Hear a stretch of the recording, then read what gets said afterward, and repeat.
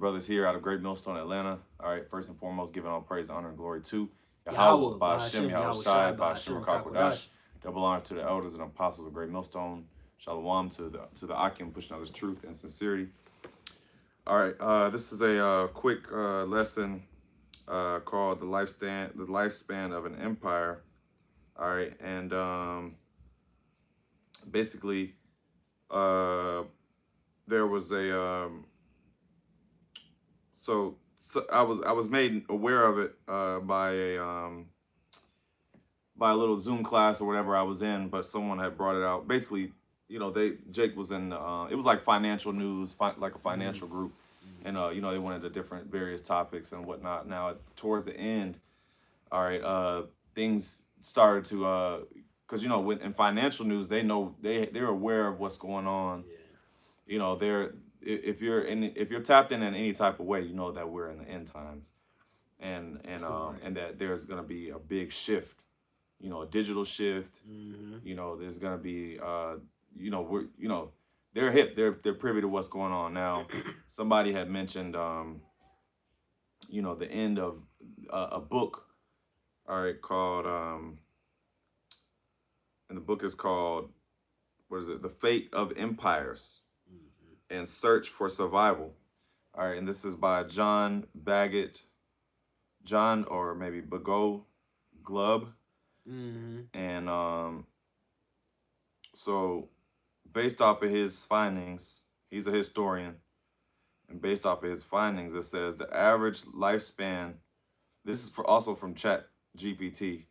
Right, they basically pulled it from that book. It has it. Yeah, so it says the average duration of an empire is often estimated to be around 250 years, though this varies depending on how empire and its lifespan are defined. Historian John Bagot Glub famously analyzed 11 major empires and concluded that most lasted around 246 years, regardless of geography or era. All right, so, and then he gives examples: the Assyrian Empire, the Persian Empire. Assyrian Empire was 247 years. Persian Empire was 208. Roman Empire was 207. It says 638 years. Arab Empire 246, and so on and so forth. Now, we just did a quick math. We just did some quick math, and when you do 250 minus 2025, that goes that's 1776. Right. Yep. So, or no, was it 2026 minus 2025 minus 250? Yeah, so according to this, this is pretty accurate, and this would be spot on with basically what this historian is saying, because we believe we're in the last year to 2 year to we believe that we're in the last, we'll say, 1 to 5 years of America. We can never, so only the Lord knows when. Exactly. But we damn sure not 1,000 years. Removed. Right. So, that's we'll just go ahead and get some precepts. Just dealing with this subject. I guess we can start with that, Job. This is Job, chapter 14, verse 5. It reads, "Seeing his days are determined, the number of his months are with thee. Thou hast appointed his bounds that he cannot pass." All right. So the Lord appointed his bounds, which is boundaries, and which is he can't pass. All right. Hey, the Lord, Yahweh Shemel Shai. Hey, where did the so-called white man get his power from? He got it from Yahweh Shemel Shai. Right. All right. And so the Lord set boundaries for this devil as to what he can and can't do, and how long his kingdom would last. All right. Because the days, look, everything is on the Lord's timeline ultimately. Right. Yeah. All right. So we're just waiting to see we're just watching the prophecies and waiting for this to come past. come to pass. You know. Mm-hmm. Did you want to Now, speak on it, or you can keep going if not? I mean, basically, like the captain is going into, that's predestination. This kingdom is already its manifest destiny is to be destroyed. All right, that's why you see. That's why we're seeing, and that's how we know we're in the last days because of the prophecies that we are seeing. We're seeing the rumors of wars. We're seeing the economic collapse that the scriptures also speak about. That digital shift that is going to come in, which is going to basically be the prelude to the mark of the beast. All right, which is what? All right, the microchip implant that's going to be made mandatory to the masses, to the world. All right, that's a part of the elites of Esau Edom, the so-called white man's agenda. That's his plan to do. All right, that's part of prophecy. That's part of the last days, man. And we're measuring the times, and we see these things happening. That's why when we're reading about or coming from the fate of the empire when referencing the book, it's like spot on, man. It's like, yeah, it's usually the empire has its time. What the Lord allows, which happens to be on average about 250 years, Mm-hmm. and we're seeing it like the brother mentioned. We can't say it, we can't give a specific month, a specific year, all right. But we know that we are close. We know we are at the end, all right, because we're watching for the signs. We're seeing prophecies come to pass, and we can see the end. We can see World War III happening. We can see the microchip implant being made mandatory, being implemented in their agenda and their plans, man. All right. Mm-hmm. Yeah, hey, it's everything all aligns, man. Mm-hmm. You know, because matter of fact, let me get this real quick. Let me get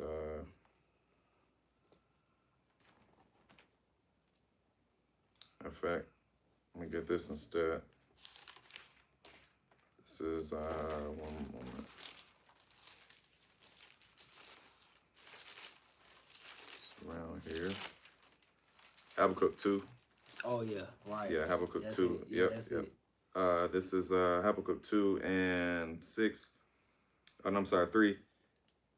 Wait, this is no one. Don't we tear Pages away stuck for it? together. Yeah, but hold on, Slacker. Thought I had Habakkuk. My pages that got stuck together. Slacker, bear with me.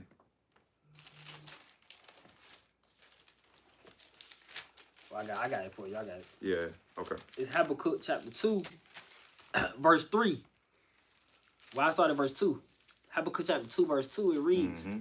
And the Lord answered me and said, Write the vision and make it plain upon tables, that he may run that readeth it. Verse 3. Yeah, write the vision and make it plain upon tables. Mm-hmm. All right, and this is part of making it plain upon tables.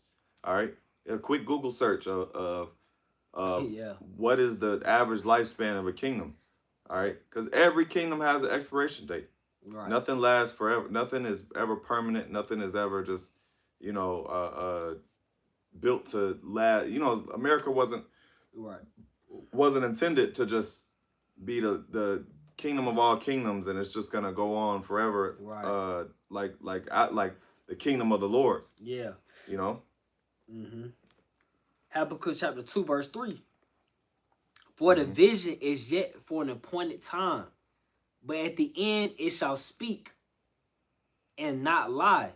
Though it tarry, wait for it, because it will surely come, it would not tarry. Mm-hmm. Yeah. Hey, so it's gonna come. It's not gonna tarry. All right. Mm-hmm. But it said, wait for it. Right. You know, because hey, ultimately we don't know, but Romans 15:4, that was the other one I was gonna get, but I'll just quote it. For whatsoever things were written aforetime were written for our learning. Yep. So these things were written for our learning, so that we can understand it is the very same time wherein the highest will begin to visit the earth which he made. Exactly. You know, quoting Second Ezra 9. That's right. Yep. I got a precept for you. Mm-hmm. This is Psalm chapter 49, verse 11, because we have to do the prophets, the men of the Lord, and we have to do lessons as such because we have to give warning and alarm to our people. Our people basically take on the mindset of the oppressors. And for our oppressors, being Esau Edom, the so-called white nation, their true biblical identity, along with their alliance with the heathen, these other nations outside the nation of Israel, outside of you Negroes, Latinos, Native Americans, because you make up the 12 tribes of Israel. All right, you take on this mindset of thinking that this place is going to last forever, that this place has a long time to go. That's why you say such things like what? Oh, not in my lifetime. Oh, that's not going to happen. That sounds like a long time from now. All right, we're here to tell you that no. According to things that are happening around you, we're giving an understanding of these such things and making it simple and plain unto you. All right, to those that are able to receive the message. You know that these things are right around the corner. The end is right around the corner. All right, this is not some illusion that we're pushing, man. All right, but you know, to most, it's going to catch you. That's why the Lord's going to come as a thief in the night. It's going to catch you off guard because you have this mindset here. This is Psalms chapter 49, verse 11. You're taking on that heathen. This is concerning the heathen, of course. It says their inward thought is that's a good one. That their houses shall continue forever, and their dwelling places to all generations. They call their lands after their own names, and that's what the oppressor does, man. These such cities, the major cities, the minor cities, it's named after different oppressors, man. All right, all throughout history. But then what their inward thought is that this place is going to last forever. Right. A lot of people have taken on that same mindset. Yeah, that's it. Yeah, they think it's gonna be a continuing city, man. Yeah, it's just gonna keep going on and on, and you know we're gonna be here till 2045. Right. And you know, cause they, you know, Esau always has these little AI projections like, oh, you know, by this year, by 2045, everything's gonna be automated, or by this year, that's what they do. You know, whatever, we're gonna have flying cars or whatever. Yep. But hey, look, man, hey, the Lord, we ain't got that long, Lord willing. But based off of prophecy, we have high how I say high anticipation that it will happen. Right. We have very good reason to believe that it's gonna happen. Right. Within the next couple years. Yeah. All right. And Trump, everything aligns. Yeah. Everything aligns up. The way Trump is moving with these tariffs. You know, the economy is shit. Like how can you gotta think for things to continue on, that means America's economy would have to would have to go through a depression, because the depression is inevitable. Right. The recession and depression. We're in a recession right now, but it's gonna get worse. Yeah. So that means that this economy would have to die and then be brought back again, which would take another what? How long does it take a recession? A depression can take what, up to 10 years? Yeah, I think to bounce back. Let me look that up. Yeah, you can look that up. As ChatGPT, how long does a depression? How long? Let's see. How long does a country economic depression take to recover from? Yeah. See where it comes up. I got a precept in the meantime. Come on. This is Hebrews chapter 13, verse 14. And we, like I mentioned before, we have to let you know the end is coming, but we have to also let you know, and of course we say Lord's will, because we know the Lord can do what he wants. All right, but how things are going and how we're paying attention to how things are, the prophecies of the Bible are moving, we know it's closer than what we even think, because that's what Romans 13:11 speaks about. All right, await for our salvation is nearer than what we believe, and we know what's going on, so it's closer than what we even think. You know. So this is Hebrews chapter 13, verse 14. It reads, "For here we have no continuing city, because what? This is not our rest. All right, this is not the end all be all for the Israelites. That's what we're trying to tell. That's the good news. That's the gospel for you Negroes, Latinos, Native Americans. That's good news to you. That should be good news. All right, because this is not it. This low state that we're in, this poor ghetto poverty ass conditions that we're in. All right, under our oppressors. This is not the end all be all for us, man. All right, but it's going to take for this place to be destroyed, for this place to fall, for Yahushua to return, for deliverance and judgment to take place, for us to be that nation to be on top, that the Lord has already ordained for it to happen. The kingdom is already ours. It just has to take place. That's it. Yep. So it says. Let me finish that off. Oh, my bad. Okay. No, you good. For here we have no continuing city, but we seek one to come, and that's the kingdom of heaven. under the rule of Yahweh Bashim Yahushai and the Israelites. You got it. Yeah, so it says, to answer that question, it says the time it takes for a nation to recover varies significantly depending on the severity of the depression. Now, we know this is going to be a very severe depression. Right. But the Great Depression lasted from 1929 to 1939, so that's roughly 10 years. Yeah. All right, and it said that the 2008 global pandemic, the global crisis took 6 years to recover. All right. Yeah. So, yeah. Hey, that's years. That's years down. If this place were to go on, then America would have to be stimulated again. Right. You know, Right. it would have to be back into. It would have to be back here. Oh, let's get that Jeremiah 51, because that's what these knuckleheads that don't believe that destruction is that don't believe we're in the very last of the end. Okay, you basically trying to heal Babylon, man. Yeah. You're in the spirit of healing, not destruction. Right. All right, go ahead. Yep. This is Jeremiah chapter 51, verse 8. It reads, Babylon is suddenly fallen and destroyed. How for her? Take balm for her pain. If so be, she may be healed. If so, she may be healed. Now we know there is no healing, man. You know, but it said how for her, take balm for her pain. You know, because it ain't like it's on his deathbed. America's on his deathbed. Go ahead. Verse 9. We would have healed Babylon, but she is not healed. Forsake her and let us go everyone into his own country, for her judgment reacheth unto heaven and is lifted up even to the skies. Yeah, so that judgment is reaching unto heaven, man. And it's that we would have healed Babylon. When you're on your deathbed, you know, certain people they're never the same after that. You know, Right. It may not, you know, you may have a heart attack, but then you have lifelong complications. You may bounce back and you know, you could certain things that happen and you may be paralyzed. Yeah. You know, or the doctor may say, well, you know, you got X amount of years to live. You know, but America's at the point where it's of no return. Whatever Trump is trying to do to bring back American business, and you know, stimulate the economy again, it's too little, too late. It's not gonna. It's to no avail. Right. Because look at the amount of debt America's in.